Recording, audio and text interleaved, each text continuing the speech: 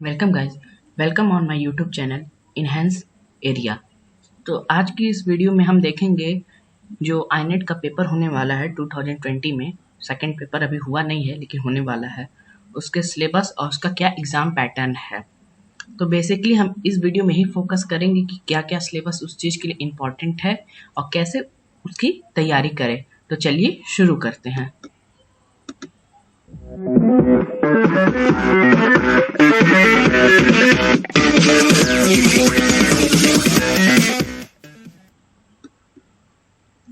तो basically guys, ये जो आपके सामने है ये आईनेट इंडियन नेवी का ऑफिशियल सिलेबस है जो कि आईनेट में पूछा जाता है।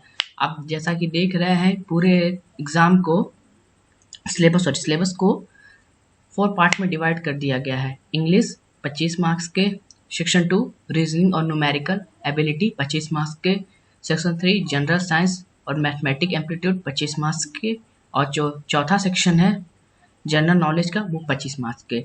इंग्लिश में गिवन टॉपिक हैं, रीजनिंग में भी गिवन टॉपिक हैं और जनरल साइंस में भी गिवन टॉपिक हैं, और जो जनरल नॉलेज है वो भी गिवन टॉपिक है। तो इसी के हिसाब से आपको प्रिपरेशन करनी है ताकि आईनेट आप क्वालिफाई करें। तो मैं आज आपको कुछ ऐसे ट्रिक बताऊंगा और ऐसे सिलेबस के टिप्स बताऊंगा जो मैंने फॉलो किए थे, जिससे आप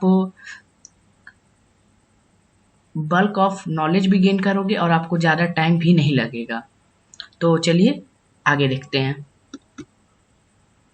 देखिए, सिलेबस 2 टाइप के होते हैं। पहला जो होता है डिपेंडेंट सिलेबस और इंडिपेंडेंट सिलेबस। अब मैं बेसिकली आपको बताता हूँ ये डिपेंडेंट और इंडिपेंडेंट में दोनों में अंतर क्या है। डिपेंडेंट सिलेबस वो होता है कि एक टॉपिक दूसरे टॉपिक पे डिपेंड हो, दूसरा टॉपिक अपने प्रीवियस टॉपिक पे डिपेंड हो।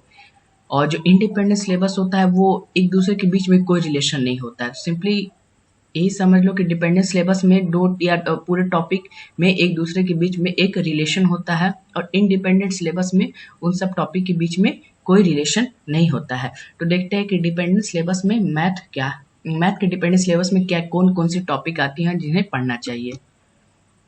तो सबसे पहले अगर आप मैथ्स स्टार्ट करते हैं तो आप पढ़िए टाइम एंड वर्क।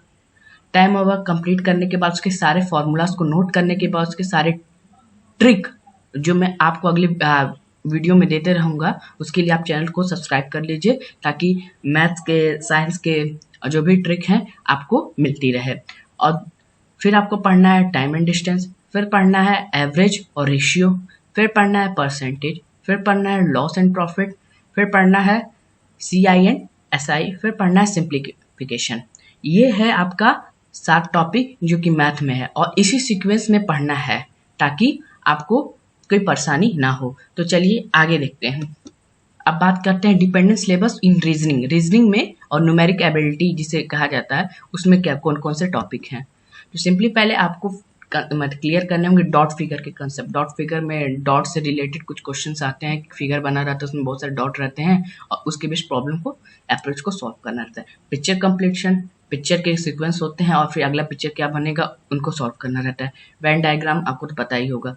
एनालॉजी के कुछ क्वेश्चन सॉल्व करने हैं, ऑड एंड इवेंट के कुछ क्वेश्चन सॉल्व करने हैं, पिक्चर सीरीज के कुछ क्वेश्चन कराओ, मिसिंग कैरेक्टर के सॉल्व करने हैं। तो इसको इसी सीक्वेंस में आपको पढ़ना है और कंप्लीट करना है। तो चलिए आगे देखते हैं। अब हम डिपेंडिंग सिलेबस जीए का देखेंगे। जीए में कौन कौन से टॉपिक है। सबसे पहले आपको मॉडर्न हिस्ट्री पढ़नी है। गाइस देखो कि आपको पूरी हिस्ट्री नहीं पढ़नी है, आपको केवल मॉडर्न हिस्ट्री पढ़नी है। और मॉडर्न हिस्ट्री में भी केवल एक सर्टेन टॉपिक है INC, इंडियन नेशनल कांग्रेस, इसी पे फोकस रहना है। इससे बाहर कुछ नहीं आएगा। मैं आपको देना कॉन्टिन्यूटी आपको मतलब बोल रहा हूँ कि मैं INC से ज़्यादा कुछ नहीं आएगा। डिफेंस अपडेट को आपको पढ़ते रहना है। स्टैटिक जीके, हाँ इसमें एक स्टैटिक जीके है जो बहुत ही इंपॉर्टेंट रोल प्ले करेगा। अब बेसिक केमिस्ट्री और फिजिक्स के कंसेप्ट आपको अगर नॉलेज है तो डेफिनेटली बेसिक केमिस्ट्री और फिजिक्स सबको एक नॉलेज होता ही होता है, तो क्लियर कर ही लेगा। अब आप बात करते हैं डिपेंडेंट सिलेबस इंग्लिश के लिए। सबसे पहले error detection, sentence completion, antonyms and synonyms और कंप्रेशन। ये बेसिकली 4 टॉपिक हैं और चारों इसी सीक्वेंस में आपको पढ़ने हैं, क्योंकि इंग्लिश और जीए और रीजनिंग और मैथ ये चारों सेक्शन आते हैं। अब मैथ, इंग्लिश और आपका रीजनिंग हो तो आपको जीए पे उतना ज़्यादा ध्यान नहीं देना पड़ेगा। आप इन्हीं से बस आपको मिनिमम इतना ध्यान रखना है कि हमको सेक्शन कट ऑफ क्लियर करनी है। तो चलिए आगे देखते हैं।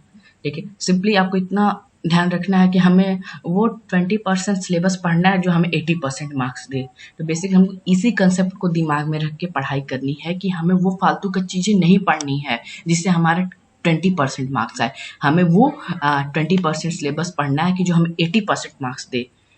ठीक है, हमें वो लेफ्ट 20% छोड़ देना है। ठीक, जो अब और उसी क्वेश्चन पे मतलब फोकस करना है जिनके हमें कंफर्म पता है, क्योंकि नेगेटिव मार्किंग होती है तो हमें केवल कंफर्म क्वेश्चन ही को अटेम्प्ट करना है। और सबसे पहले आप डिसाइड करो कि अपना फोकस स्ट्रॉन्ग एरिया, मतलब आपकी स्ट्रॉन्ग एरिया क्या है। अगर आपका स्ट्रॉन्ग एरिया इंग्लिश है तो आप पहले इंग्लिश को क्लियर करो। अगर आपका स्ट्रॉन्ग एरिया जीएस है तो जीएस को क्लियर करो। अगर स्ट्रॉन्ग एरिया मैथ है तो मैथ को क्लियर करो, और जीए है तो जीए को क्लियर करो। तो पहले अपने स्ट्रॉन्ग एरिया में फोकस को उसको क्लियर करो, फिर धीरे धीरे उसको भी इंक्रीजिंग ऑर्डर मिल जाओ, फिर उसके बाद कौन सा आपको स्ट्रॉन्ग है, फिर ऐसे करके लास्ट में आप जो आपकी टॉपिक थोड़ी लो पड़ती है, जिन्हें आपको कम समझ में आता है, उसको फोकस करो। और एक बात ध्यान रखनी एग्जाम की प्रिपरेशन करते समय, एग्जाम को देते टाइम, कि हमें सेक्शनल कट ऑफ क्लियर करना है।